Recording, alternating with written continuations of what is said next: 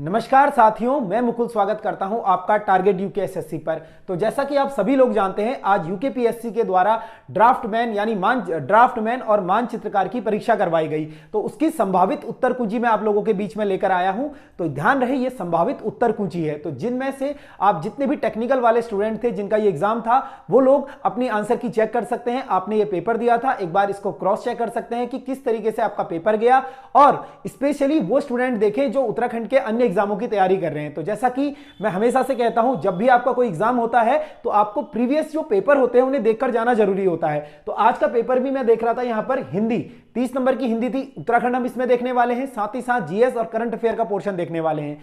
आपका आगामी 26 नवंबर को अधिशासी अधिकारी व कर राजस्व निरीक्षक की परीक्षा होने वाली है। उस पेपर में भी कहीं ना कहीं इसी तरीके की हिंदी आप लोगों को देखने को मिलेगी। ठीक है, तो सभी लोग धैर्य बनाकर देखें और याद रहे, यह संभावित उत्तर कुंजी है। हो सकता है कि कुछ आंसरों में त्रुटियां हो जाएं हमसे, तो हम उन्हें अपने कमेंट बॉक्स में पिन कर देंगे। आप वहां से अपनी त्रुटियों को सुधार सकते हैं। ठीक है, बाकी दूसरी चीज, आप जितने भी स्टूडेंट का ये पेपर था वो तो जरूर देखेंगे, जिनका नहीं है वो जरूर देखें, क्योंकि यहां से क्या है, हिंदी में आपको बताऊंगा बहुत से क्वेश्चन जो ऐसे हैं अन्य किसी एग्जामों में पूछे गए हैं और उत्तराखंड में भी सेम है, चाहे आप जीएस में लीजिए या करंट अफेयर में। तो ये होता है, यूकेपीएससी का एक सिमिलर पैटर्न है जिसे वो फॉलो करता है। तो जिनका भी अधिशासी अधिकारी का पेपर है वो जरूर इस वीडियो को देखें और इससे आपको बहुत हेल्प मिलने वाली है आपके एग्जाम में। तो शुरुआत करेंगे हम हिंदी के साथ। तो सामान्य हिंदी के यहां पर 30 प्रश्न मेरे सामने हैं, तो जिनको मैं आपको बताने वाला हूं। अगर हम पहला ही प्रश्न देखें सामान्य हिंदी का, तो पहला प्रश्न हमारे पास था शुद्ध शब्द है। तो आपको यहां पर बताना था निम्नलिखित में से कौन सा शब्द जो है शुद्ध शब्द है, यानी वर्तनी हमसे पूछ रहा है। अगर मैं यहां पर बात करूं ऑप्शन ए की, तो मुमुर्ष यहां पर सही हो जाएगा। ठीक है, तो इस यहां पर ये पहला वाला ऑप्शन इसका करेक्ट हो जाएगा।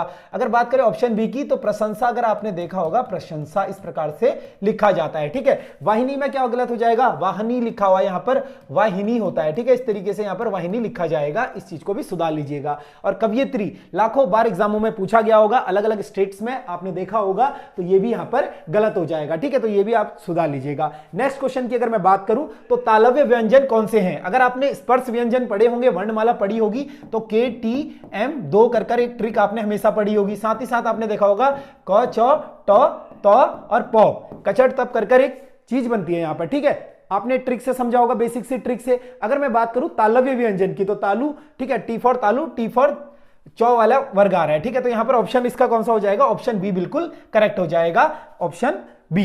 ठीक है, नेक्स्ट क्वेश्चन की अगर मैं बात करूं, निम्नलिखित में से किस व्यंजन वर्ग का उच्चारण स्थान ओष्ठ है। तो ओष्ठ से आपको बताना है, क्वेश्चन को बिल्कुल ध्यान से पढ़ना है। देखो, पेपर की बेसिक चीज क्या होती है, क्वेश्चन को पढ़ना। ठीक है, पेपर बेसिक हो ना हो, बहुत आसान हिंदी थी, अधिशासी अधिकारी में भी इसी प्रकार से हिंदी रहने वाली है। तो आप लोग बिल्कुल भी चिंता ना करें, जिनका भी ये एग्जाम है जरूर इसे देखकर जाएं। अगर मैं बात करूं यहां पर ओष्ठ व्यंजन की, तो ओष्ठ व्यंजन कौन से होते हैं, जिनका उच्चारण ओष्ठ से हो, यानी प फ ब भ, इनका उच्चारण स्थान ओष्ठ से होता है। ठीक है, अगला अगर हम बात करूं क्वेश्चन नंबर 4 की, दयानंद शब्द में संधि है। यहां पर ये कह रहा है दयानंद शब्द में संधि कौन सी हो, तो दया धन आनंद इसका हो जाएगा और यहां पर दीर्घ संधि आपकी हो जाएगी। बेसिक सा प्रश्न है, और ये यहां पर मैं आपको बता दूं, ये प्रीवियस ईयर क्वेश्चन है, ये भी प्रीवियस ईयर है, और ये अलग अलग शब्द जो है अलग अलग एग्जामों में पूछे गए। तो अभी तक सारे ही प्रश्न जो है प्रीवियस ईयर प्रश्न चल रहे हैं। ठीक है, अगला क्वेश्चन आपके पास है क्वेश्चन नंबर 5, वे शब्द जो किसी संज्ञा या सर्वनाम के गुण दोष रूप रंग आकार दशा का बोध कराते हैं उन्हें कहते हैं। तो वो शब्द ऐसे होते हैं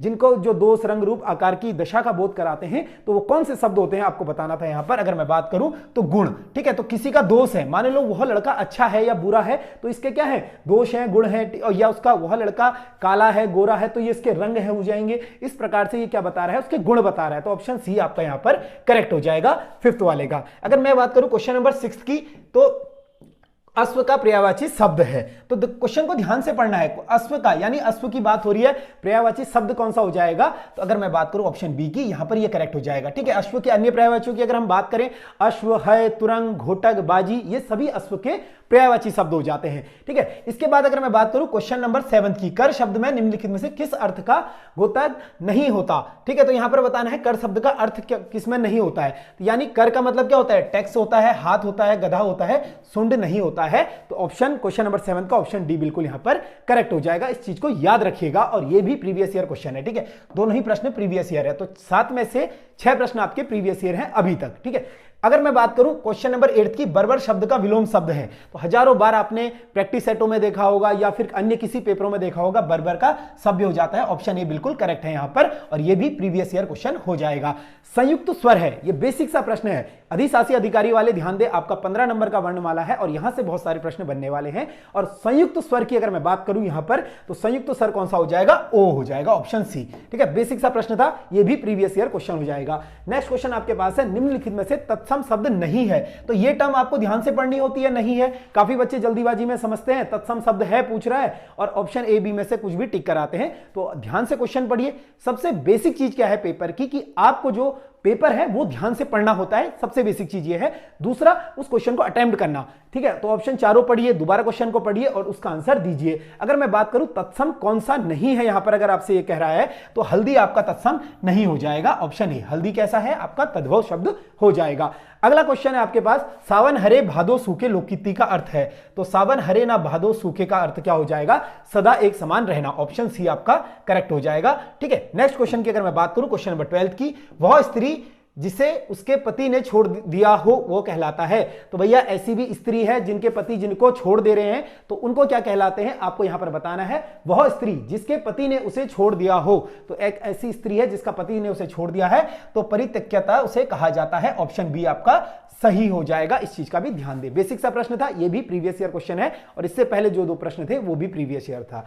नेक्स्ट अगर मैं बात करूं, जिस सर्वनाम से वाक्य में किसी दूसरे सर्वनाम के संबंध स्थापित किए जाएं उसे कहते हैं। तो क्वेश्चन में ही आंसर मिल गया है, संबंध स्थापित किस सर्वनाम से होंगे? संबंधवाचक सर्वनाम से, यानी कि ऑप्शन बी आपका करेक्ट हो जाएगा। नेक्स्ट क्वेश्चन की अगर मैं बात करूं, यण संधि का उदाहरण है, तो यण संधि का उदाहरण कौन सा हो जाएगा? ऑप्शन बी इति आदि। ठीक है, इत्यादि, इत्यादि का क्या होता है? इति धन आदि। ठीक है, तो आदि यहां पर क्या हो जाएगा? इसमें यण संधि हो जाएगी। क्वेश्चन नंबर 15 की अगर मैं बात करूं, जहां पहला पद गौण हो और दूसरा पद प्रधान हो वह कहलाता है। तो पहला पद गौण हो दूसरा प्रधान हो, यानी कि तत्पुरुष समास, ऑप्शन सी करेक्ट हो जाएगा।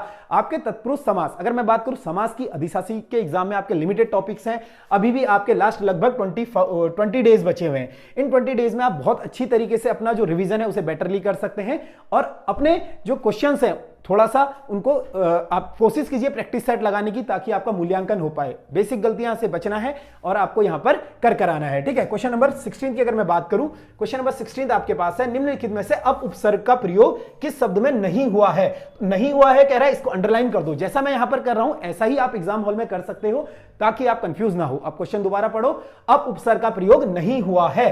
तो नहीं हुआ है आपसे पूछ रहा है किस शब्द में अप उपसर्ग का प्रयोग नहीं हुआ है। अगर मैं बात करूं, उपसर्ग क्या होता है? मतलब जो आगे रहता है। ठीक है, शब्द के प्रारंभ में जो लगता है उसे उपसर्ग कहा जाता है, अंत में जो लगता है वो प्रत्यय होता है।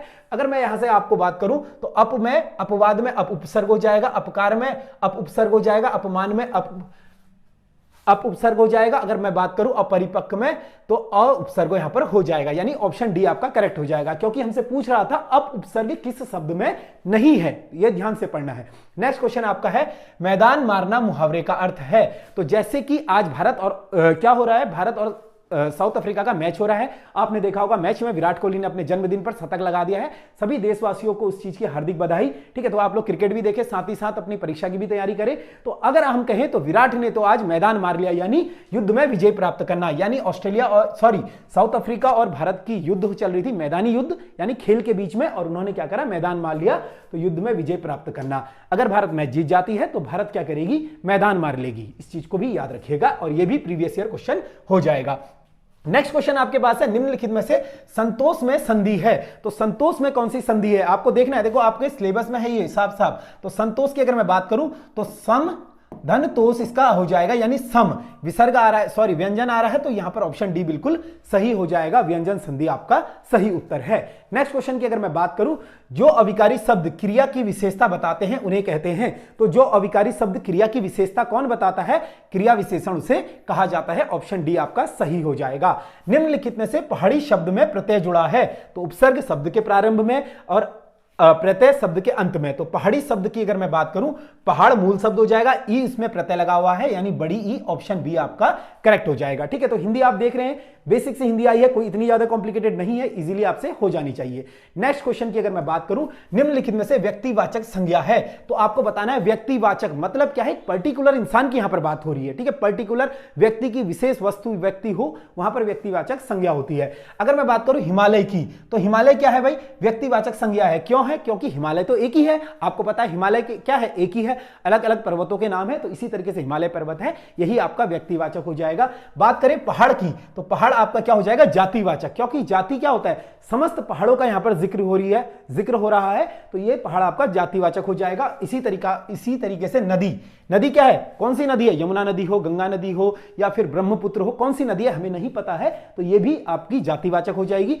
अगर यहां पर गंगा नदी होती तो वो व्यक्तिवाचक हो जाता। अगर घर की बात करें तो कौन सा घर, अंबानी का घर, आपका घर, मेरा घर या फिर पड़ोसियों का घर, तो घर भी क्या है, जातिवाचक संज्ञा हो जाएगी, क्योंकि समस्त घरों की यहां पर बात हो रही है, ठीक है। अगर यहां पर स्पेशली बोला जाता पीएम मोदी का घर या फिर इसका घर, तो वो हो जाता व्यक्तिवाचक संज्ञा, इस चीज को याद रखिएगा। नेक्स्ट क्वेश्चन आपके पास था, निम्नलिखित में से तद्भव शब्द है, तो तद्भव यानी कि बात हो रही है। तद्भव मतलब क्या होता है, जो आपके शब्द संस्कृत में मतलब हिंदी में ज्यों के त्यों इस्तेमाल होते हैं, उन शब्दों को तद्भव शब्द कहा जाता है। अगर मैं यहां पर बात करूं हर्ष की, तो जैसा कि मैंने आपको बताया है, षटकोण वाला स और ऊपर अर्धमात्रा आती है, तो ये आपका तत्सम शब्द है, ये ट्रिक है बेसिक सी, तो ये तत्सम शब्द हो जाएगा। विहिंग यानी अगर आपके यहां पर अनुस्वार आ रहा है, अंग की मात्रा आ रही है, तो ये भी आपका तत्सम हो जाएगा, और ये वाला हमेशा आपका तद्भव होता है। 2-4 बेसिक चीजें हैं, ध्यान रखिएगा।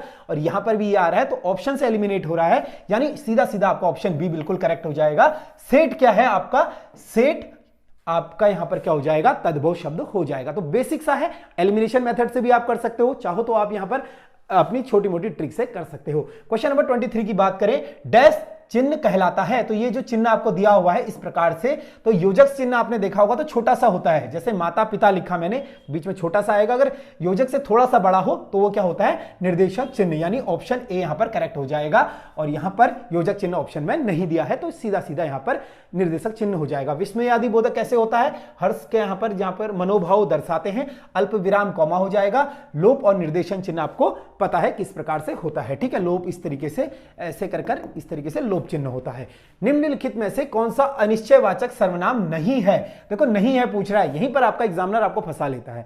बहुत से बच्चे पता नहीं किस चीज की जल्दी है भाई, जिस पेपर के लिए आप साल भर मेहनत कर रहे हो, 6-6 महीने पढ़ रहे हो, दिन रात लाइब्रेरियों में पढ़ रहे हो, इतनी मेहनत कर रहे हो, उस पेपर में आप इतने सीरियस क्यों नहीं रहते हो कि प्रश्न को आराम से पढ़ो, या पेपर जल्दी देकर आपको ज्यादा नंबर मिलने वाले हैं। पेपर का यह ध्यान दीजिए कि पेपर को जितना समय चाहिए उतना समय उसे दीजिए और प्रश्नों को ढंग से पढ़िए। पहली बेसिक चीज क्या है, प्रश्न को ढंग से पढ़ना।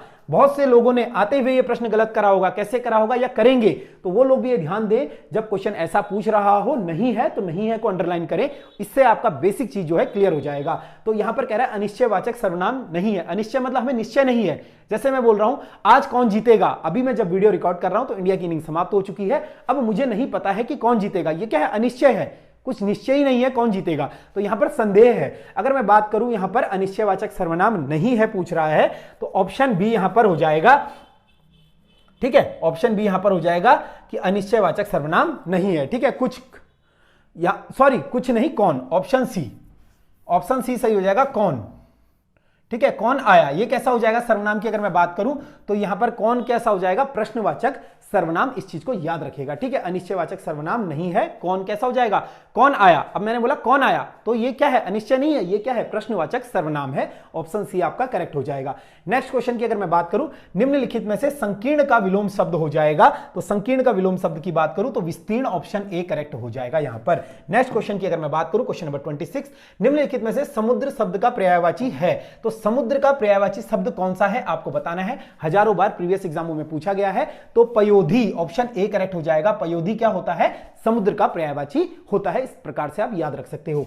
अगला क्वेश्चन आपके पास है, जिसकी गर्दन सुंदर हो, भैया गर्दन जिसकी सुंदर हो, अब ये क्वेश्चन तुक्के मारने वाले नहीं है, क्यों नहीं है, ये आपको पढ़ा हुआ होना चाहिए। गर्दन किसकी सुंदर होगी, सुग्रीव की होगी, ऑप्शन बी यहां पर करेक्ट हो जाएगा, ये भी प्रीवियस ईयर क्वेश्चन हो जाएगा। नेक्स्ट क्वेश्चन है, आपने बहुत बार अलग अलग एग्जामों में देखा होगा, कोल्हू का बैल मुहावरे का अर्थ है, तो कोल्हू का बैल क्या होता है, बहुत अत्यधिक परिश्रम करने वाले को कहा जाता है। भाई ये तो क्या है, कोल्हू का बैल है। ऑप्शन डी यहां पर करेक्ट हो जाएगा। नेक्स्ट क्वेश्चन अगर मैं बात करूं, पीतांबर शब्द में कौन सा समास है? तो पीला है जिसका अंबर, यानी बात किसकी हो रही है? श्री कृष्ण की हो रही है, तो पीला अंबर जिनका हो जाएगा। यहां पर अगर मैं बात करूं तो थर्ड पर्सन की जब बात होती है तो सीधा सीधा हमें पता है बाहुव्रीहि समास यहां पर हो जाता है। तो ये बेसिक सा पेपर है। और इसके बाद अगर मैं बात करूं क्वेश्चन नंबर 30, जो कि हिंदी का आखिरी प्रश्न था, राष्ट्रीयता शब्द है, तो राष्ट्रीयता, तो राष्ट्रीयता कैसा शब्द है? राष्ट्रीयता, मैं बोलता हूं ना यार ये तो इसकी राष्ट्रीयता बहुत अच्छी है, मतलब क्या है?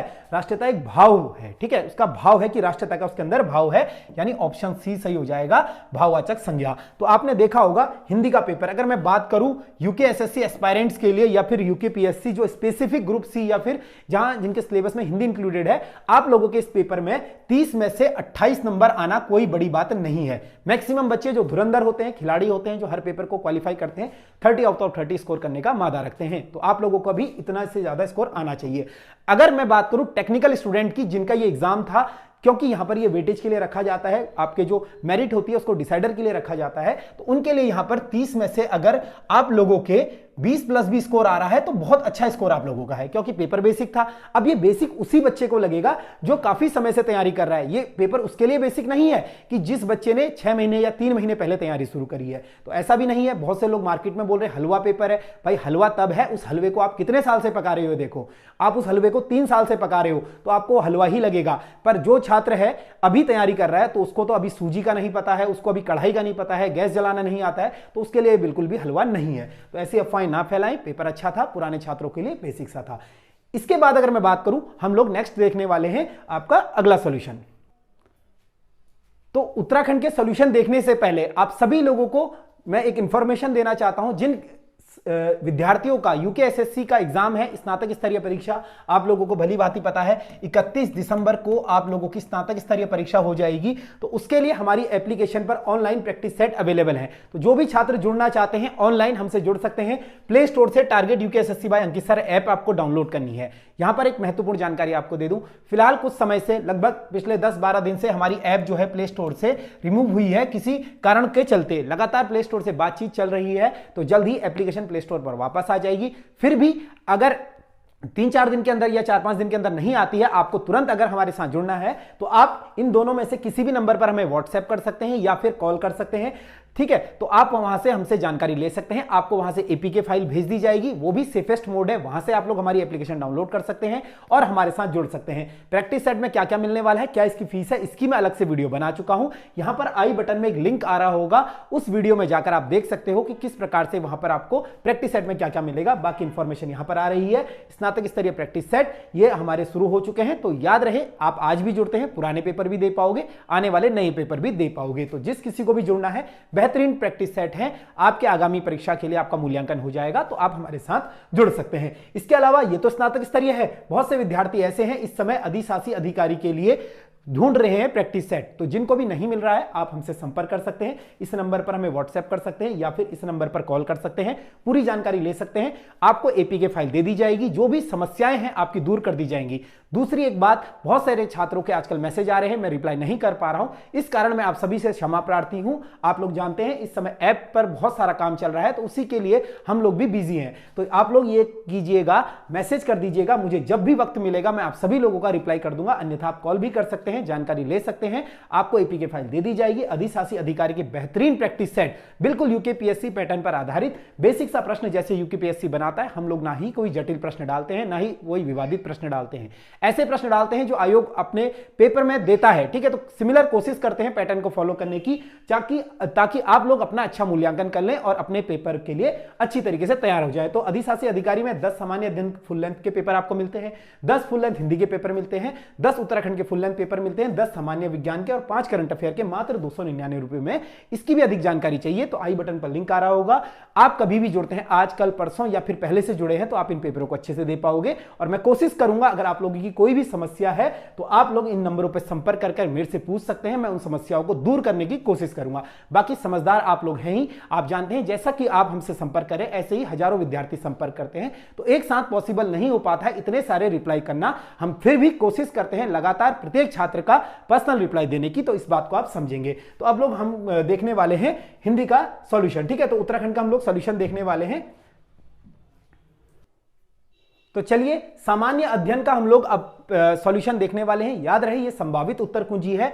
अगर आप लोगों को यहां से किसी भी प्रश्न में डाउट होता है या फिर हमसे कोई त्रुटि हो जाती है तो उसे हम कमेंट बॉक्स में सुधार देंगे। आप वहां से अपनी गलतियों को या हमारी गलतियों को चेक कर सकते हैं या वेरीफाई कर सकते हैं। बाद में जब आयोग की उत्तर कुंजी आ जाएगी ऑफिशियल, आप वहां से अपने नंबर मिला सकते हैं कितने नंबर आपके बन रहे हैं। तो जो छात्रों का ये पेपर था उनको पुनः एक बार बधाई, आप लोगों का पेपर अच्छा गया होगा ऐसी मैं उम्मीद करता हूं। और जिन छात्रों का आने वाले पेपर हैं, आप लोग चाहे कोई सा भी पेपर दे रहे हो, प्रीवियस ईयर की इंपॉर्टेंस क्या होती है ये मैं आपको पहले ही क्लियर कर देता हूं। हिंदी की अगर मैं बात करूं 30 प्रश्नों में से तो 24 प्लस प्रश्न क्या थे, प्रीवियस ईयर क्वेश्चन थे। अब ऐसा नहीं है प्रीवियस ईयर मतलब 1-2 साल पहले, कम से कम 5 साल से लगातार जो पेपर हो रहे हैं उन पेपरों को अगर आप देखोगे, आपकी इतनी अच्छी हिंदी नहीं भी है तो उन पेपरों से आपको अच्छा खासा मटेरियल मिल जाएगा और आप अच्छा खासा स्कोर लेकर आओगे। तो जिनका भी अभी आगामी जितने पेपर हैं प्रीवियस ईयर पेपर एक बार देख जाइएगा, आप लोग वहां से अपना स्कोर बेहतर कर सकते हैं। क्वेश्चन नंबर फर्स्ट है सामान्य अध्ययन का, यानी 71 की बात कर रहा हूं। भरारा संबंधित है। तो आपने एक सुना होगा भरारा, भरारा जो होता है आपने सुना होगा, यह क्या होता है, भोटिया जनजाति से संबंधित भरारा हो जाता है। यहां पर ऑप्शन ए आपका बिल्कुल करेक्ट हो जाएगा। नेक्स्ट क्वेश्चन की अगर मैं बात करूं, निम्नलिखित में से कौन सा एक उत्तराखंड का लोक नृत्य नहीं है। तो नहीं है पूछ रहा है, कौन सा उत्तराखंड का लोक नृत्य नहीं है। अगर यहां पर लोक नृत्य की बात करूं तो आपको पता है थड़िया नृत्य हो जाएगा, झुमेलो नृत्य हो जाएगा, चौफुला नृत्य हो जाएगा, यानी ऑप्शन बी मितैल यहां पर, मिताई यहां पर कोई नृत्य नहीं हो जाएगा। ठीक है, नेक्स्ट क्वेश्चन आपके पास है, निम्नलिखित में से कौन सा एक पंच केदार में सम्मिलित नहीं है। तो नहीं है आपकी लुटिया डुबाए या फिर आपको ये अफसोस दिलाए अबे यार ये तो मुझे आता था, बस क्वेश्चन मैंने ध्यान से नहीं पढ़ा, बस यहां पर नहीं लगाना है, ये आपकी बहुत बड़ी मिस्टेक है। तो नहीं है अंडरलाइन करो और प्रश्न को दोबारा पढ़ो और उसके बाद ऑप्शन का टिक करो। ठीक है, तो यहां पर अगर मैं बात करूं पंच केदार की, तो पंच केदारों में कौन सा शामिल नहीं है आपको बताना था, यानी तुंगनाथ हो जाएगा, रुद्रनाथ हो जाएगा, कल्पेश्वर हो जाएगा और ऑप्शन डी आपका जागेश्वर पंच केदार में शामिल नहीं है। इसके अलावा बहुत बेसिक सा प्रश्न है, काफी बार आपने एग्जाम में पढ़ा होगा या आप तैयारी करें ना करें फिर भी आपको यह आना चाहिए। आपको पता है पंच केदार, पंच बद्री सब कुछ यहीं पर है उत्तराखंड के अंदर में, 4 धाम। तो आप लोग बाकी जो पंच केदारों में से 2 बचे हैं उनको कमेंट बॉक्स में कमेंट कर सकते हैं, जिसका आंसर सही होगा उसे हम लोग पिन कर देंगे। ठीक है, अगला क्वेश्चन आपके पास था, निम्नलिखित में से कौन सा एक उत्तराखंड का प्रसिद्ध चित्रकार नहीं था।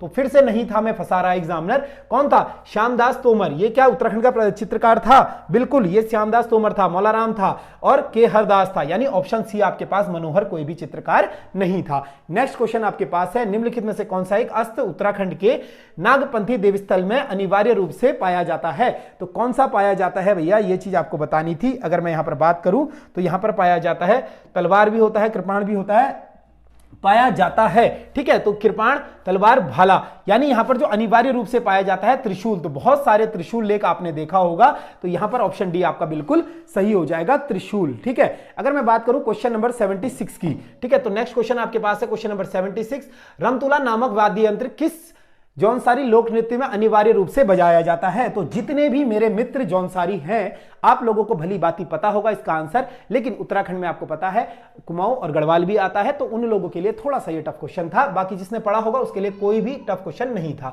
तो रमतुला वाद्य यंत्र, अगर आपने सुना होगा किस प्रकार का वाद्य यंत्र है, कमेंट कर सकते हैं। तो रमतुला वाद्य यंत्र जौनसारी लोक नृत्य में अनिवार्य रूप से बजाया जाता है। कौन सा ऐसा नृत्य होता है जहां पर यह बजाया जाता है अनिवार्य रूप से, अगर मैं बात करूं तो हारुल में। ठीक है, तो हारुल बहुत अच्छा नृत्य है, आपने देखा होगा जौनसारी जनजाति में हारुल नृत्य के साथ अनिवार्य रूप से रमतुला वाद्य यंत्र बजाया जाता है। अगर मैं बात करूं क्वेश्चन नंबर 77 की, बागेश्वर शहर किन नदियों के संगम पर स्थित है। बहुत बेसिक सा प्रश्न है, आपने बहुत बार पढ़ा होगा, सरयू और गोमती के क्या हो जाएगा, संगम पर स्थित बागेश्वर शहर हो जाएगा। और बागेश्वर में एक बहुत खास मेला लगता है, उत्तरायणी मेला, आपने सुना होगा, वो भी यहीं पर लगता है। ठीक है, तो इस चीज को याद रखिएगा। नेक्स्ट क्वेश्चन आपके पास था, सोनापानी ग्लेशियर उत्तराखंड के निम्नलिखित से किस जनपद में स्थित है। थोड़ा सा ट्रिकी क्वेश्चन था और 78 वाला क्वेश्चन, सोनापानी ग्लेशियर किस जनपद में स्थित हो जाएगा। अगर बात करें तो उत्तरकाशी जनपद में स्थित ये हो जाएगा सोनापानी ग्लेशियर। ठीक है, ऑप्शन सी आपका करेक्ट हो जाएगा, सोनापानी ग्लेशियर। नेक्स्ट क्वेश्चन की अगर मैं बात करूं तो निम्नलिखित में से कौन सा एक सही सुमिलित नहीं है। तो बार बार आपको नहीं है मैं फंसा रहा है, उम्मीद करता हूं आप लोग नहीं फंसे होंगे। जो भी जिसने भी नहीं देखा है, मैं हर बार जब भी पेपर होता है उसका सॉल्यूशन करवाता हूं और आपको बताता हूं किस तरीके से आप पेपर को अटेम्प्ट कर रहे हैं, ठीक है। तो जो देख लीजिएगा वीडियो बहुत हेल्पफुल रहने वाली है। तो नहीं है, अगर मैं बात करूं खोदरी की, तो खोदरी कहां पर हो जाएगा, डाक पत्थर के अंदर आपने सुना होगा खोदरी स्थित हो जाएगा यमुना पर, बिल्कुल। अगर बात करें मनेरी भाली तो भागीरथी के पास हो जाएगी उत्तरकाशी में, कालागढ़ रामगंगा में हो जाएगा, और ढालीपुर की अगर मैं बात करूं तो यह भी यमुना पर हो जाएगी या शक्ति नहर पर हो जाएगी। ऑप्शन बी इसका करेक्ट आंसर हो जाएगा, मतलब यह सुमेलित नहीं है, ठीक है। ढालीपुर कहां पर है, गंगा नदी पर ना होकर यमुना नदी पर है, और ढालीपुर के अलावा ढकरानी परियोजना भी यमुना नदी पर हो जाएगी, ठीक है। नेक्स्ट क्वेश्चन की अगर मैं बात करूं, क्वेश्चन नंबर 80, 2011 जनगणना के अनुसार निम्नलिखित में से किस जनपद में सर्वाधिक लिंगानुपात है। तो किस जनपद में सर्वाधिक लिंगानुपात है आपको बताना था यहां पर। तो ऑप्शन की अगर हिसाब से बात करूं तो अल्मोड़ा का आपने सुना होगा 1022, कुछ इस प्रकार से लिंगानुपात हो जाएगा। लिंगानुपात आपको पता है सेक्स रेशो, यानी कि अगर हम बात कर रहे हैं प्रत्येक 1000 पुरुषों पर कितनी महिलाएं हैं या कितनी वो शिशु पर कितनी शिशुआएं हैं, ठीक है। तो ये चीज आपने देखा होगा, तो यही आपका लिंगानुपात कहलाता है। नेक्स्ट क्वेश्चन की अगर मैं बात करूं, क्वेश्चन नंबर 81, 1921 में गठित फॉरेस्ट ग्रीवेंस कमेटी के अध्यक्ष कौन थे। तो जो लोग हमारे साथ फाउंडेशन बैच के साथ जुड़े हैं तो उन लोगों को भली भांति पता होगा, जब मैं क्लास में चीजें बता रहा होता हूं या पढ़ा रहा होता हूं तो मैं स्पेशली इस चीज पर ध्यान देता हूं कि कैसे प्रश्न आते हैं और कैसे आते रहते हैं। फाउंडेशन वाले बच्चे जरूर यहां पर अगर देख रहे हो इस चीज को तो वो कमेंट जरूर करें कि आप लोगों का इस क्लास में से कितनी चीजें अभी तक आई हैं, ठीक है। तो यहां पर फॉरेस्ट ग्रीवेंस कमेटी का गठन कब हुआ था, यह आपको पता है 13 अप्रैल 1921 में होता है, और इसके जो अध्यक्ष होते हैं पर्सी विम्डन होते हैं, जो कि उस समय कमिश्नर होते हैं। ऑप्शन बी आपका करेक्ट हो जाएगा 81 का, ठीक है। नेक्स्ट क्वेश्चन की अगर मैं बात करूं, उत्तराखंड के किस स्थान पर भारत का प्रथम आर्य समाज मंदिर बनाया गया था। तो उत्तराखंड के किस स्थान पर प्रथम भारत का आर्य समाज मंदिर बनाया गया था, ऐसा आपको बताना था। तो नैनीताल, ऑप्शन बी सही हो जाएगा, बिल्कुल सही उत्तर। नेक्स्ट क्वेश्चन की अगर मैं बात करूं, क्वेश्चन नंबर 83, निम्नलिखित में से खिलाड़ियों में से कौन सा उत्तराखंड का निवासी नहीं है। तो उत्तराखंड के कौन से खिलाड़ी नहीं है। लक्ष्य सेन की बात करें अल्मोड़ा से, इनका संबंध बैडमिंटन से हो जाएगा। उन्मुख चंद जो कि उत्तराखंड से ही थे, पिथौरागढ़ जनपद से क्रिकेट खेलते थे। अब यहां पर मैं थे क्यों लगा रहा हूं, वर्तमान में ये यूनाइटेड स्टेट्स ऑफ अमेरिका यानी यूएसए की तरफ से क्रिकेट खेलते हैं। इन्होंने भारत की नागरिकता त्याग कर अमेरिका की नागरिकता अपनाकर उसकी टीम से खेलने का निर्णय लिया है। अगर मैं बात करूं एकता बिष्ट की, तो एकता बिष्ट आपको पता है भारतीय महिला टीम में एक अच्छी क्रिकेटर है, ये भी अल्मोड़ा निवासी हो जाएंगी। अगर मैं बात करूं मधुमिता गोस्वामी, तो आपने सुना होगा, ऐसा कोई नाम नहीं है मधुमिता, ये यहां पर ऑप्शन डी सही हो जाएगा, ये उत्तराखंड की निवासी नहीं है। इसके जगह मधुमिता बिष्ट आपने सुना होगा, बैडमिंटन से संबंधित है, उनका संबंध उत्तराखंड से हो जाएगा। नेक्स्ट क्वेश्चन अगर मैं बात करूं यहां पर क्वेश्चन नंबर 96 की, तो धान के खेत, ठीक है, धान के खेतों में उत्सर्जित होने वाली तथा पृथ्वी के तापमान में वृद्धि करने वाली गैस का नाम है। तो यहां से साइंस और टेक था आपके पास, तो ये कौन सी गैस हो जाएगी, धान के खेतों में उत्सर्जित होने वाली तथा पृथ्वी के तापमान में वृद्धि करने वाली गैस का नाम मीथेन हो जाएगा। ऑप्शन बी करेक्ट आंसर है। तो साइंस वाले अधिशासी अधिकारी या आरओ में जिनकी भी साइंस आ रही है वो इस चीज का ध्यान दे कि आप लोगों की साइंस जो है, ठीक है, प्रीवियस ईयर से काम हो जाएगा। एक चीज का यहां पर ध्यान रखें, आप लोगों को करना क्या है, कुछ नहीं करना है। जिन लोगों की साइंस अच्छी चीज है, जिन लोगों के पास साइंस नहीं है, आप लोगों को सिंपली क्या करना है, जितने भी अभी तक प्रीवियस हुए हैं, चाहे आरओ हो, lower PCS, upper PCS, UKPSC के बहुत सारे पेपर होते हैं जहां वो साइंस पूछता है, उन सभी क्वेश्चनों को एक असेंबल कीजिए और अपने पास रखिए। कम से कम आपके पास 100 से 150 से अधिक प्रश्न हो जाएंगे। उन 150 प्रश्न को पढ़कर जाइए, मैं गारंटी देता हूं आपको अधिशासी अधिकारी में 10 में से 6 नंबर से अधिक वहां से मिल जाएगा। तो पॉसिबिलिटीज क्या है, 150 क्वेश्चन, वैसे भी आप पढ़ ही रहे हो साइंस, कहीं ना कहीं पर हाथ पांव मार रहे हो, लेकिन अगर आप 150 में से 10 क्वेश्चन आपके आ जाते हैं, ठीक है, 10 क्वेश्चन नहीं 6 क्वेश्चन आ जाते हैं, तो आपका काम बहुत इजी हो जाता है। तो घबराए ना, साइंस ना छोड़े, प्रीवियस क्वेश्चन भी देखकर जाओगे, काम हो जाएगा, ठीक है। अंत समय में एक रट्टा मार लेना, ऊपर ऊपर देख लेना, आंसर वैसे भी रट जाते हैं। अगर मैं बात करूं 97, वसा को पचाना होता है, तो वसा को पचाना क्या होता है। अगर मैं 97 क्वेश्चन की बात करूं तो वसा को पचाना क्या होता है, या तो इसका आंसर, अब मुझे इसमें डाउट है, इसको हो जाएगा एल्माइलेज के द्वारा, ठीक है, एल्माइलेज के द्वारा या लाइपेज के द्वारा। ऑप्शन ये दोनों ही लग रहे हैं डाउटफुल। फिलहाल के लिए मैं अपना आंसर सी को मान लेता हूं, बाकी कोई त्रुटि होगी तो कमेंट बॉक्स में पिन कर दिया जाएगा, ठीक है। बाकी यार हिंदी में थोड़ा सा पढ़ने में दिक्कत होती है, इस चीज को आप समझिएगा, क्योंकि साइंस वाली टर्म है, ठीक है। तो साइंस हमने इंग्लिश में पढ़ी है, इसलिए थोड़ा सा यहां पर निराश ना होइएगा, ठीक है। क्वेश्चन नंबर 98 है, कौन सा प्रोटोकॉल भिन्न मशीनों के बीच ईमेल संदेश के लिए प्रयोग होता है? तो कौन सा प्रोटोकॉल होता है, आपने सुना भी होगा। कौन सा प्रोटोकॉल की अगर मैं बात करूं तो SMTP, simple mail transfer protocol यहां पर फॉलो होता है सिंपल मेल को भेजने के लिए। 99 क्वेश्चन है, कौन सा अनुक्रम सक्रिय होता है जब हम कंप्यूटर सिस्टम चालू करते हैं? तो कौन सा सक्रिय होता है आपको बताना था, यहां पर हो जाएगा बूट, ऑप्शन बी करेक्ट हो जाएगा। क्वेश्चन नंबर 100, ऑपरेटिंग सिस्टम निर्देशाओं का उपयोग किया जाता है, तो किसका उपयोग किया जाता है ऑपरेटिंग सिस्टम में? आपको पता है भली भांति, फाइल का ट्रैक रखने के लिए। ऑप्शन डी यहां पर सही हो जाएगा, इस चीज को याद रखिएगा। क्वेश्चन नंबर 101 की अगर मैं बात करूं, क्वेश्चन नंबर 101, ठीक है, मौर्य वंश का अंतिम शासक कौन था? तो मौर्य वंश का अंतिम शासक कौन था आपको बताना है। अगर मैं बात करूं यहां पर 101वें प्रश्न की, मौर्य वंश का अंतिम शासक वृहदत्त हो जाएगा, ठीक है। तो जो भी फाउंडेशन बैच से जुड़े हैं वहां पर आपको सर ने बेहतरीन तरीके से जीएस पढ़ाई है, बिल्कुल फाउंडेशन बैच में 0 से हीरो तक। तो वहां से भी बहुत सारे प्रश्न मैं देख रहा था कि डिक्टो प्रश्न जो सर बताते हैं, जिस तरीके से बताते हैं, बहुत प्रश्न आए थे। तो इसीलिए फाउंडेशन बैच से जिसे जुड़ना है, मैं फिर से कह रहा हूं, नंबर नोट कर लीजिए, 9410905102 पर संपर्क करें। अगर आपने पहले से उत्तराखंड जीएस या फिर रीजनिंग पढ़ी है तो बेहतरीन है, फिर भी आप रिवीजन कर सकते हो, बहुत जेन्युइन फीस के साथ है। आपको पता है टारगेट यूकेएसएससी ऑनलाइन ही चलता है, तो हम लोग कोई ऐसी फीस नहीं लेते हैं जो कोई छात्र अफोर्ड ना कर पाए। आपके पास सिंपली एक एंड्रॉइड फोन होना चाहिए, इंटरनेट कनेक्टिविटी होनी चाहिए। आप किसी भी गांव में बैठे हैं, चक्राता में बैठे हो, ठीक है, आप पौड़ी में बैठे हो, कुमाऊं में बैठे हो, चंपावत में, पिथौरागढ़, कहीं भी बैठे हो, आपके पास अगर इंटरनेट और मोबाइल एंड्रॉइड फोन है तो आप हमारे साथ जुड़ सकते हो। आपको संपर्क करना इस नंबर पर, या प्ले स्टोर से हमारी ऐप डाउनलोड करनी है। फिलहाल प्ले स्टोर से समस्या है, इस नंबर पर संपर्क कर लीजिएगा, आपकी समस्याएं दूर हो जाएंगी। कोशिश करूंगा जल्द से जल्द आपको रिप्लाई करूं। बाकी आप समझदार हैं, आपको सब कुछ पता है, ठीक है। क्वेश्चन नंबर 102, अपने माता पिता की स्मृति इत्माद उल्लाह का मकबरा किसने बनवाया था? तो माता पिता की स्मृति में इत्माद उल्लाह का मकबरा किसने बनवाया था? ये बेसिक सा प्रश्न है, काफी बार एग्जामों में पूछा जाता है ये प्रश्न। अगर मैं बात करूं यहां पर नूरजहां ने बनाया था, ऑप्शन सी करेक्ट हो जाएगा। निम्नलिखित में से कौन सा सुमेलित है? युग्म सुमेलित है। अब इस बार नहीं है, नहीं पूछा, इस बार है पूछा है, तो डब्बे बनाने से पता लगे ना, सुमेलित है। तो यहां पर आपको बताना है मुद्रा राक्षस किसकी है? कालिदास की नहीं है। मुद्रा राक्षस किसकी हो जाएगी? विशाख दत्त की हो जाएगी, ठीक है। अब आपका स्वप्न स्वदाता शूद्रक किसकी हो जाएगी? ये भी आपको बताना था। तो यहां पर अगर मैं बात करूं, ऑप्शन सी यहां पर हो जाएगा, वृक्ष कटिकम भास की हो जाएगी, ऑप्शन सी आपका करेक्ट हो जाएगा, ठीक है। क्वेश्चन नंबर 104, रणथंभौर के किले पर आक्रमण के दौरान अलाउद्दीन खिलजी का कौन सा सेनापति मारा गया था? तो रणथंभौर किले के दौरान आक्रमण के अलाउद्दीन खिलजी का जो सेनापति मारा गया था उसका नाम आपको बताना है। ये सभी जो थे उस समय मारे गए थे, ऑप्शन डी यहां पर करेक्ट हो जाएगा, ठीक है। क्वेश्चन नंबर 105 की अगर मैं बात करूं, भारत की पहली राजनीतिक संस्था निम्न में से कौन सी है? तो भारत की पहली राजनीतिक संस्था कौन सी है आपको बताना था। अगर मैं बात करूं तो लॉर्ड होल्डर सोसाइटी यहां पर ऑप्शन ए करेक्ट हो जाएगा। यह भारत की पहली राजनीतिक संस्था हो जाएगी। नेक्स्ट क्वेश्चन की अगर मैं बात करूं, क्वेश्चन नंबर 106, डेसिबल मात्रक है। तो डेसिबल आपने सुना होगा, कभी भी ध्वनि की तीव्रता यानी साउंड कितना डेसिबल है आपने सुना होगा जब कान के एयर टेस्ट कराने जाते होंगे आप, ठीक है। तो नानी दादी वगैरह के, या फिर आपने सुना होगा इतना डेसिबल साउंड विजिबल है या नहीं, मतलब ऑडिएबल है या नहीं है। तो ये हो जाएगा ध्वनि की तीव्रता को मापने के लिए डेसिबल मात्रक इकाई हो जाएगी, ठीक है। नेक्स्ट क्वेश्चन आपके पास है, मिनी माता प्रसंग के संबंधित विलेशी धातु है, ठीक है। तो एक तो पेपर भी थोड़ा सा, जिस भी स्टूडेंट ने मुझे पेपर भेजा है मैं उसका धन्यवाद करना चाहूंगा। हरिद्वार से एक स्टूडेंट है, पेपर मुझे एक्चुअली मिल नहीं पाया था, इसलिए आपका वीडियो नहीं बन पाया।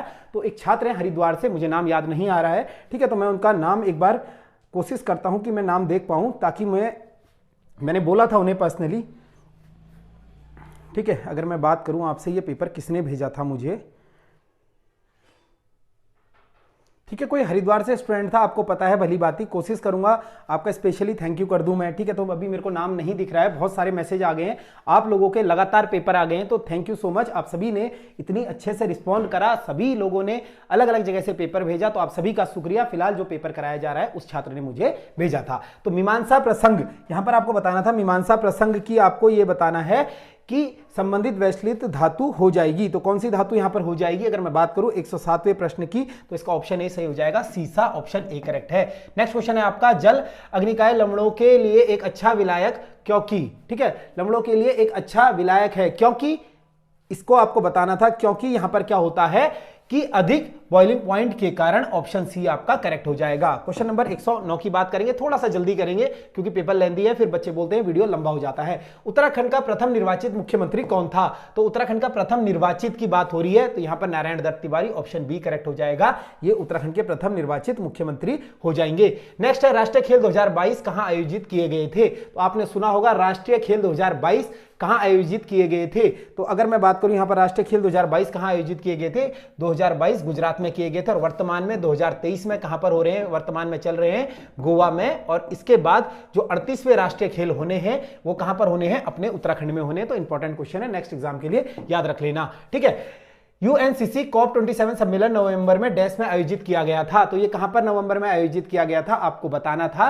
कोप 27 सम्मेलन कहां पर आयोजित किया गया था? अगर मैं बात करूं कोप 27 सम्मेलन की, तो ये शर्म अल शेख मिस्र में किया गया था। ऑप्शन सी करेक्ट हो जाएगा। नेक्स्ट क्वेश्चन है, निम्न में से कौन सा विकल्प क्वाड के सदस्यों के विषय में सही है? तो कौन सा विकल्प क्वाड के उसमें सही हो जाएगा? अगर मैं बात करूं यहां पर क्वाड के उसमें सही हो जाएगा तो भारत, जापान, जर्मनी, अमेरिका, ठीक है। यहां पर ये तो अमेरिका, जर्मनी तो होगा नहीं इसमें। भारत, इजराइल, जापान, जर्मनी, ना ही इजराइल है ना ही जर्मनी है। क्वाड देशों की अगर मैं बात करूं तो क्वाड कंट्री QUAD, इसमें कौन है? ऑस्ट्रेलिया हो जाएगी, ठीक है, जापान, इंडिया और यूएसए, ठीक है। ये 4 देश हैं और इनके बीच में एक एक्सरसाइज होती है जिसका नाम है मालाबार, यानी ऑप्शन डी आपका करेक्ट हो जाएगा। क्वाड कंट्री कौन कौन सी हैं? Bharat, Australia, America.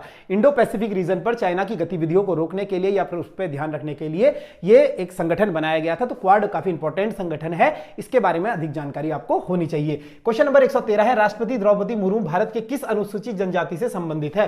तो बहुत बार ये क्वेश्चन आ चुका है, ऑप्शन ए सही हो जाएगा, संथाल जनजाति से ये संबंधित हो जाएंगी। तो बेसिक सा प्रश्न बना है ये भी। नेक्स्ट क्वेश्चन की अगर मैं बात करूं, क्वेश्चन नंबर 114, भारतीय संविधान की 7वीं अनुसूची संबंधित है। तो अगर मैं बात करूं भारतीय संविधान की 7वीं अनुसूची किससे संबंधित है? तो केंद्र सूची, राज्य सूची, समवर्ती सूची से। आपने देखा होगा 3 प्रकार की सूची होती है, केंद्र सूची, राज्य सूची, समवर्ती सूची, इससे संबंधित हो जाएगी। क्वेश्चन नंबर 115, निम्न में से गैर संवैधानिक निकाय कौन सा है? तो गैर संवैधानिक निकाय की अगर यहां पर बात हो रही है, कौन सा हो जाएगा? तो केंद्र सतर्कता आयोग क्या है? गैर संवैधानिक आयोग हो जाएगा। बाकी राज्य लोक सेवा आयोग, यानी यहां पर बात हो रही है जैसे आपके राज्य में यूकेपीएससी है, वो क्या है? संवैधानिक बॉडी है। वस्तु एवं सेवा कर यानी जीएसटी, ये भी कौन सा गैर संवैधानिक निकाय? कौन सा? राज्य महाधिवक्ता, ये भी इसका जिक्र संविधान में है। अगर मैं बात करूं यहां पर तो ऑप्शन ए का संविधान में कोई जिक्र नहीं होगा, ठीक है। तो इस चीज को याद रखिएगा। नेक्स्ट क्वेश्चन आपके पास है 86वां संविधान संशोधन संबंधित है। हजारों बार प्रश्न आ चुका है। 86वां संविधान संशोधन की अगर मैं बात करूं तो यह हो जाएगा शिक्षा के अधिकार से। ऑप्शन ए करेक्ट हो जाएगा। कब? अप्रैल 2010 में शिक्षा का अधिकार को मूल अधिकार कर दिया गया था, ये आप सभी को पता है, ठीक है। किस सन में किया गया था? कमेंट करके बता देना। क्वेश्चन नंबर 117, संसद में किस सदन के लिए गणपूर्ति क्या है? तो संसद के किसी भी सदन में गणपूर्ति क्या है? गणपूर्ति मतलब उसके मेंबर्स का वहां पर मौजूद, मतलब यहां पर नंबर ऑफ मेंबर कितने हैं गणपूर्ति के लिए, यानी सदन में उपस्थित सदस्यों का 10वां भाग। यानी सदन में आपको पता है ना 1/10 होना अनिवार्य है किसी भी सदन को स्टार्ट होने के लिए, ठीक है, 1/10। तो ये उसकी गणपूर्ति हो जाएगी और इसी चीज को कहा जाता है सदन में उपस्थित सदस्यों का 10वां भाग, ठीक है। अगर मैं यहां पर बात करूं 118वें प्रश्न की, तो पहली बार भारत में राष्ट्रपति के रूप में कार्य करने वाले मुख्य न्यायाधीश का नाम है। तो ये प्रश्न भी अभी हाल ही के एग्जाम में पूछा गया था। देखो ये तो हाल ही के एग्जाम में से डायरेक्ट उठाकर बनाया गया है। न्यायमूर्ति एम हिदायतुल्लाह क्या थे? पहले कार्यवाहक राष्ट्रपति थे, जो कि उस समय सुप्रीम कोर्ट के जज थे, और इन्हीं को क्या किया गया था? कार्यवाहक राष्ट्रपति बनाया गया था। इस चीज को भी याद रखिएगा, ठीक है। क्वेश्चन नंबर 119, निम्नलिखित में से कौन उत्तराखंड के राज्यपाल नहीं थे? कौन नहीं थे? बेबी मौर्य जी हो जाएंगे, के पॉल जी हो जाएंगे, मार्गरेट अल्वा जी हो जाएंगे, और सुरेश अग्रवाल नहीं थे। क्या थे? सुदर्शन अग्रवाल जी हो जाएंगे। ऑप्शन डी गलत यहां पर, ठीक है। क्वेश्चन नंबर 120, किस शासक काल में भारत में डाक टिकट सेवा प्रारंभ हुई? तो किसके शासन काल में भारत में डाक सेवा प्रारंभ हुई थी? ऑप्शन डी आपका सही हो जाएगा, डलहौजी के कार्यकाल में, यानी 1854 के आसपास ये शुरू हो गई थी। इसको याद रखिएगा। क्वेश्चन नंबर 121, निम्नलिखित में से कौन सा मुस्लिम लीग के नेता एनी बेसेंट से होम रूल लीग में शामिल था? तो होम रूल आपको पता है 1916 में गठन होता है एनी बेसेंट और बाल गंगाधर तिलक द्वारा, और इसमें कौन सा मुस्लिम लीग का नेता शामिल होता है आपको यहां पर बताना था। अगर मैं ऑप्शन की बात करूं तो ऑप्शन बी अब्दुल कलाम आजाद यहां पर शामिल हो जाएंगे, बिल्कुल सही उत्तर हो जाएगा। नेक्स्ट क्वेश्चन आपके पास है, निम्नलिखित में से कौन सा आजाद हिंद फौज से संबंधित नहीं था? तो आजाद हिंद फौज का अगर गठन की बात करें तो ये किसने किया था? आजाद हिंद फौज, ठीक है, हाँ। तो ये क्वेश्चन बहुत कंट्रोवर्शियल रहता है यार। आजाद हिंद फौज का एक तो सुभाष चंद्र बोस कुछ लोगों को ऐसा लगता है, लेकिन रास बिहारी बोस के द्वारा सॉरी मुझे अभी याद नहीं आ रहा है, रिकॉल नहीं हो पा रहा है, ठीक है, तो याद तो है, रिकॉल नहीं हो पा रहा है, तो एक बार उसको देख लीजिएगा, ठीक है। तो अगर मैं बात करूं आजाद हिंद मौन में संबंधित नहीं हो जाएगा, Rashid Ali, option B correct यहां पर हो जाएंगे, ठीक है। क्वेश्चन नंबर 123, निम्नलिखित में से निम्नलिखित बांधों में से कौन सा एक ब्यास नदी पर है? तो ज्योग्राफी का क्वेश्चन है, कौन सा एक बांध जो है ब्यास नदी पर हो जाएगा? अगर 123 की बात करूं तो भाखड़ा नागल बाग यहां पर ब्यास नदी पर हो जाएगा, ठीक है। भड़खा, ठीक है, भड़खा, पता नहीं क्या लिखा हुआ है, ठीक है। तो राइटिंग समझ में नहीं आ रही है, आप लोग भी समझ सकता हूं, कोशिश कर रहे होंगे समझने की। मेरे तो आगे पर स्क्रीन पर इतना ज्यादा बड़ा शब्द दिख रहा है, ऊपर से लाइट भी चमक रही है, तो देखना बहुत मुश्किल हो पा रहा है, इसलिए इस चीज के लिए माफी चाहूंगा। लिग्नियाइट एक प्रकार है, आपने सुना होगा 124 का। लिग्नियाइट क्या है? एक कोयला हो जाएगा, ऑप्शन बी यहां पर करेक्ट हो जाएगा, ठीक है। कोयले कितने प्रकार के होते हैं? लिग्नियाइट, एंथ्रेसाइट, लिग्नियाइट और बी, ठीक है। ये आपने कोयले सुनेंगे, कोयले के 3 प्रकार होते हैं, अलग अलग प्रकार के कोयले होते हैं। सबसे उच्चतम गुणवत्ता का कौन सा होता है? एंथ्रेसाइड, यानी ए फॉर एप्पल और ए फॉर एंथ्रेसाइड होता है सबसे उच्च गुणवत्ता का, और लिग्नियाइट भी एक प्रकार का कोयला हो जाएगा। निम्नलिखित में से जनजातियों में से कौन सा एक अंडमान निकोबार द्वीप पर रहती है? तो कौन सी जनजाति जो है अंडमान निकोबार द्वीप में रहती है, आपको बताना था, तो ये रहती है जारवा, ऑप्शन बी सही हो जाएगा। क्वेश्चन नंबर 26, 100, जहाज निर्माण में यार्था मंझवा डाक स्थित है, तो जहाज निर्माण यार्ड मझगांव डाक स्थित है, तो जहाज निर्माण जो यार्ड मझगांव डाक स्थित हो जाएगा, आपको बताना था यहां पर, ये कहां पर स्थित हो जाएगा? ऑप्शन डी यहां पर मुंबई में स्थित हो जाएगा। क्वेश्चन नंबर 127, निम्नलिखित में से पतनों में से कौन सा प्राकृतिक बंदरगाह है? सूची नीचे दिए गए हैं, कूट का सही उत्तर चयन करें। तो कौन सा प्राकृतिक बंदरगाह है, आपको बताना था, तो यहां पर ये बेसिक सा प्रश्न है, यानी 2 और 3, यानी 2 और 3 कौन से हो जाएंगे? कोची, कौन सा बंदरगाह, कौन सा बंदरगाह है पूछ रहा है, ठीक है।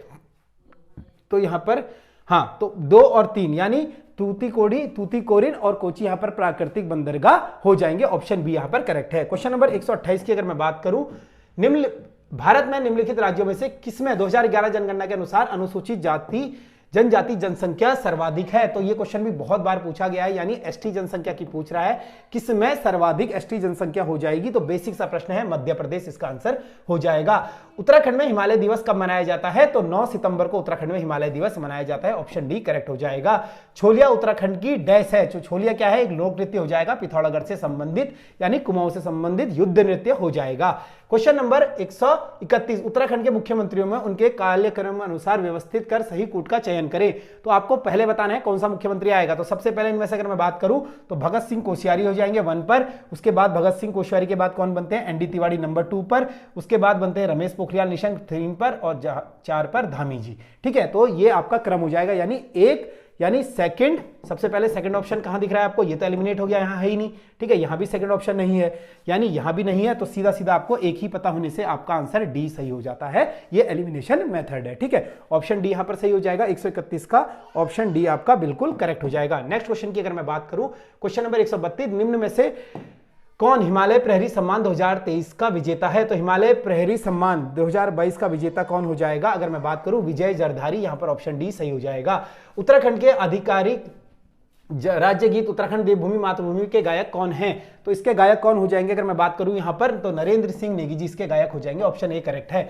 उत्तराखंड राज्य में राज्यसभा निर्वाचित प्रथम महिला है, तो राज्यसभा में निर्वाचित प्रथम महिला की यहां पर बात हो रही है, तो प्रथम महिला कौन सी हो जाएगी? मनोरमा शर्मा डोबरियाल, मौसे मनोरमा, मौसे मेयर, ये पहली मेयर होने का भी इन्हें गौरव प्राप्त है मनोरमा शर्मा डोबरियाल जी को। 135वां, निम्नलिखित में भारत के मीठे पानी का सबसे बड़ी झील कौन सी है? तो बेसिक प्रश्न है, भारत के मीठे पानी की सबसे बड़ी झील कौन सी है? तो वुलर झील हो जाएगी, और किस राज्य में है आपको कमेंट करना है, बेसिक सा प्रश्न हो जाएगा। नेक्स्ट क्वेश्चन आपके पास है, बन्नी ग्रासलैंड, ठीक है, बन्नी ग्रासलैंड निम्नलिखित में से किस राज्य में अवस्थित है? तो किस राज्य में अवस्थित हो जाएगी? ये आपका गुजरात में, ऑप्शन बी यहां पर करेक्ट हो जाएगा, ठीक है। तो ऑप्शन बी करेक्ट यहां पर आंसर हो जाएगा। नेक्स्ट क्वेश्चन की अगर मैं बात करूं, क्वेश्चन नंबर 37, सिंगापुर में 2023 में भारतीय मूल के प्रधानमंत्री चुने गए, उनका नाम निम्नलिखित में से क्या है? तो भारतीय मूल के प्रधानमंत्री चुने गए थे, उनका नाम क्या है आपको बताना था। तो थर्मन सनमुग रत्नम, ठीक है, ये इनका नाम हो जाएगा, ठीक है। तो ये क्या थे? भारतीय मूल के प्रधानमंत्री हो जाएंगे। क्वेश्चन नंबर 138, संयुक्त राष्ट्र महासभा UNA द्वारा किस वर्ष अंतर्राष्ट्रीय मिलेट वर्ष घोषित किया गया? तो 2023 अंतर्राष्ट्रीय मिलेट वर्ष यानी मोटा अनाज वर्ष घोषित किया गया है, हजारों बार बताया हुआ प्रश्न है।